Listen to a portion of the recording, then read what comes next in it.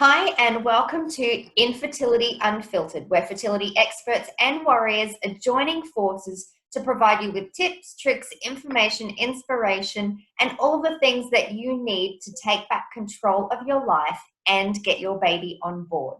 Hi, I'm Jennifer Robertson, and today we are joined by Kristin Dillensnyder. Now, Kristin is an infertility coach who helps women take back control, prepare for the bumps ahead, and to feel like their big sister is there to hold their hand no matter what the outcome during their fertility journey. This is inspired by her own fertility journey that included 3 rounds of IVF with all of the outcomes, one that didn't work, one that worked, and one that ended in miscarriage. Now, today we are going to be talking about something that all of us have been affected by, that dreaded 2-week wait. So the 2-week wait and how we can always move the end goal and delay our happiness over and over again. So she's going to give us some really good tips on that. And if you stick around to the end, Kristin is going to tell you how you can get your hands on her 2-week wait challenge as well. So thank you so much for joining us, Kristin Dillensnyder. Hey, thanks for having me. I'm glad to be here. No worries at all. Now, before we get into the 2-week wait, I would love for you to share just a little bit about yourself and what got you into this. Well, like you said in the intro, I went through infertility to become a mother myself. And when I was going through our sibling cycle, I lost a lot of sleep trying to think, how can I help women who are going through the same thing that I'm going through? Because it just felt so hard. I was so successful in all my career endeavors, and the infertility journey was just such a challenge. And it knocked me down to my knees over and over again. And I just felt like there kind of had to be a better way. And I also often felt like I just wish there were more people to talk to that understood and knew what I was going through, because I had great support from the friends in my world that I opened up to. But, 5 years ago when I was doing this, it wasn't as spoken about publicly as it is now. And I love that the landscape is changing and people are more open about their journeys, but it wasn't the case when I was going through it. And so becoming the solution I wanted, of having somebody who's been through it, but also already been through it, but also understood and knew it, was really what I wanted. And so here I am today, now offering that. I love it. I love it. Now, today we're going to be talking about that dreaded 2-week wait, that period of time that feels like 2 years where you monitor absolutely everything, the nicks, like all of the twinges, the whole lot, and our mind gets absolutely consumed with it and we cannot distract ourselves. So let's talk about it, and let's talk about some tips that you've got for us. Yeah, well, I came up with the 2-week wait challenge during my 3rd IVF cycle. It was actually our sibling cycle. And I lost a lot of sleep at night trying to think, how can I help women at the most challenging time? Because I did 7 2-week waits myself officially. And it got hard. It wasn't easier. They were still hard. And I felt like time was just being wished away. And I came up with the 2-week wait challenge, which is a daily custom email that gets sent based on your transfer date with inspiration, hope, and something to keep you busy, because those were the things I learned helped. When I was going through all those 2-week waits, I felt like every twinge, it was like, is this yes or no? What does this mean? And honestly, I learned that the medicine, being pregnant or not being pregnant, all have the same symptoms, so it doesn't even matter. Infertility is already an emotional roller coaster enough as it is. I never peed on a stick. I was never a POASer. I decided to save my money on that because I just didn't want to add another level of uncertainty to this already crazy wild ride. So how do you deal with the mindset? So you're always thinking about it. What are some things that they can do?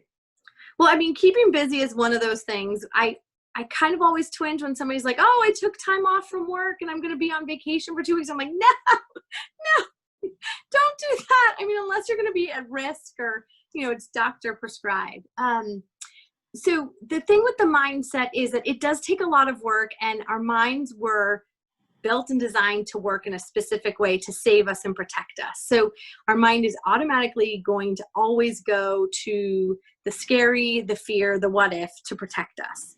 So the first thing is to know that that's how our mind works, and to give ourselves a little bit of grace and to not be so hard on ourselves if that's our initial response or thought is this isn't going to work. It's never going to work. It hasn't worked before. It doesn't matter how many you've done before. So Absolutely. And sorry, and I was talking to someone else about this exact same thing the other day, and she was saying, we don't get to choose the first thought, but we get to choose the second one that pops up. And I love that idea. I love that concept that, yes, that we are going to go to the negative to begin with. And so we have to acknowledge it, feel it, forgive yourself if you need to, give yourself a little bit of grace, and then you get to choose again. Yeah. It's so true. And one of the tips that I share is to journal it out. I'm a verbal person, so I didn't always journal it out, but I spoke it out, whether that was in support groups or with other women, my doctors, whoever would listen, honestly. But if you don't write down or take that thought out of your head and acknowledge it, it's just going to bounce back and forth between your ears, back and forth, and it's going to have nowhere to go. But if you can, like you were saying, if you could acknowledge it and name it and say it, you can then say, okay, bye-bye, you can leave, time to go. And then it can keep going on its way and you can move on and go to the next thought, which is a good thought. So that's one of the first things, is just sort of knowing those fundamentals about how our brain works. Really, it sounds so basic, but it makes it so helpful when you're in that hormonal period of thinking everything is riding on this 2-week wait period. There's nothing more I can do to influence the success. It's out of my hands. I have to trust. And that's what's so hard, because days 1 and 2, you're like, I got this. We're good. Yeah, this is working. And then days 3 and 4, you're like, ooh, okay, I don't know. And so, that optimism wanes throughout the period. So one is just to know how you're doing. The second thing is practicing gratitude and being very present in where you are.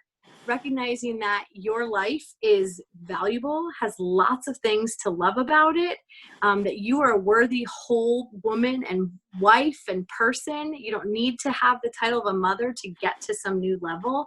And when you do a daily practice of gratitude, it keeps you present and it points out some of the little things. And then my thing with the gratitude is it has to be something that happened in the last 24 hours. Because otherwise you're just always going to say, oh, I'm thankful for my house and internet and my husband, or my partner or whatever. Absolutely. And I think that it makes you like search for practical things, like things that actually happened that day that you can remember as well. And I listened to a podcast by Rachel Hollis a little while ago, and she was saying about how she does her gratitude. And it's exactly the same way. It's going back to the last 24 hours. Yeah. Selecting an actual moment.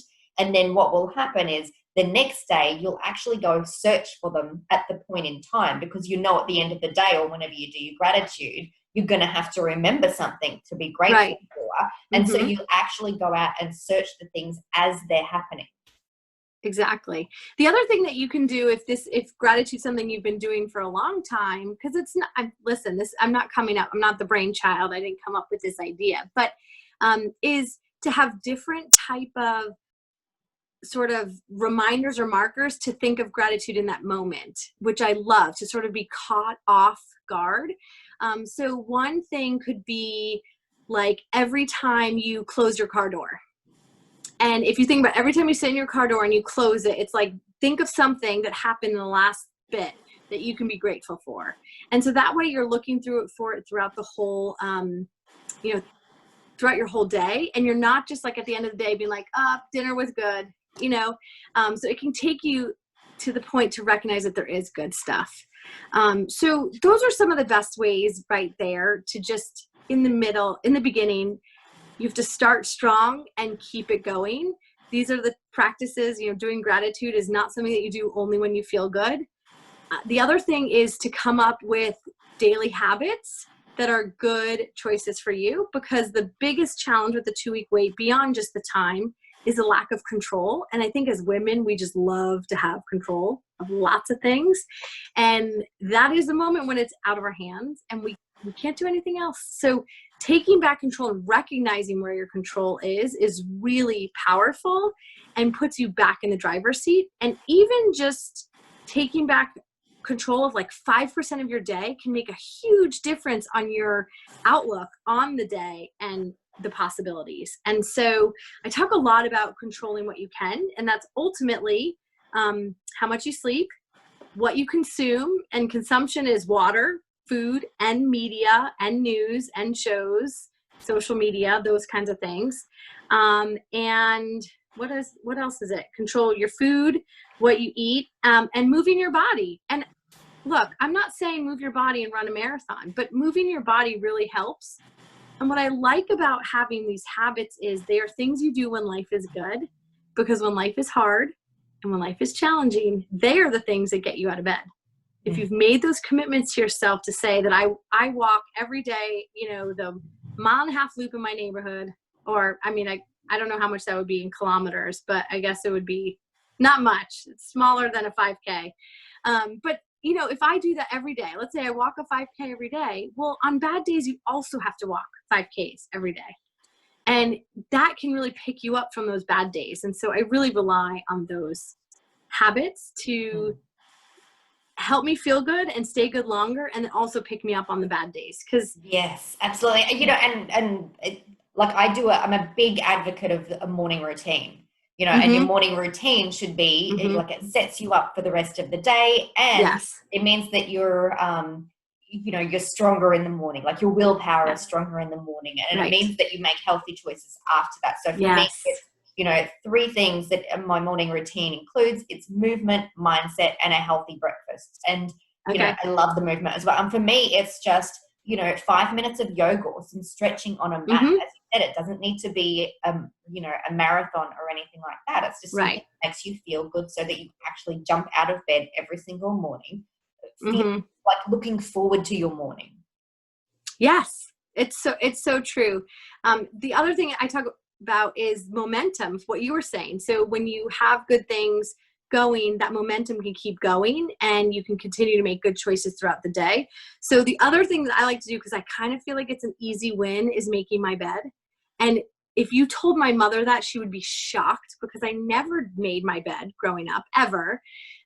But I make my bed, and literally by 6:15 in the morning, I've already accomplished one to do. And that's awesome. And then every time I walk in and out of my room, it's like, yeah, I made my bed. You know what else I can do? I can unload the dishwasher, or, you know, cut up the vegetables so I have a salad, or do the, you know, call my friend to make an appointment. So it's to have fun and have a social outing. It really, that momentum, you have to, in the 2-week wait, in the most challenging moments of infertility, you need to rely on the things that are going to help you and kind of ride that wave. And momentum is one of the waves to definitely ride on when you've got it, for sure. Anything else? Any other tips for the 2-week wait? Well, I think it helps to talk it out. So gratitude, journaling the thoughts and acknowledging them. I'm really big on affirmations or mantras. Again, that's my way of taking the bad thought and tweaking it, and kind of redirecting that energy is the other thing. Like there's so much nervous energy, right? You're like, oh, I don't know, is it this, is that? I don't know, should I like plan nursery or not? Or should I already be calling other doctors to get a second opinion? It's like, whoa, slow down, but use that energy for good. Use that energy to look up a healthy recipe. Use that energy, you know, to go on a walk. Use that energy to make plans with friends on beta day. So like, you're not just wishing away that whole day. Like, have something to look forward to, have something to look forward to beyond that 2-week wait end date as well. So that's just a couple of the main tips that help get through those periods, but also all of the waiting periods. You know, I work with a lot of clients, and they're always like, okay, the 2-week wait challenge was awesome, and now I got the positive, and now I have to wait 2 weeks for the ultrasound. I'm in the same boat, right? They're in the same boat of like, holding their breath, so nervous, not having any control, and just waiting to feel like, okay, we made it. And they haven't made it. And so they keep putting their life on hold and joy. And so I just remind them to keep doing the same stuff, and it works. And I have a 3-year-old, almost 3-year-old, and I still do those things in moments of waiting during COVID, you know, whatever other period, if I'm on hold.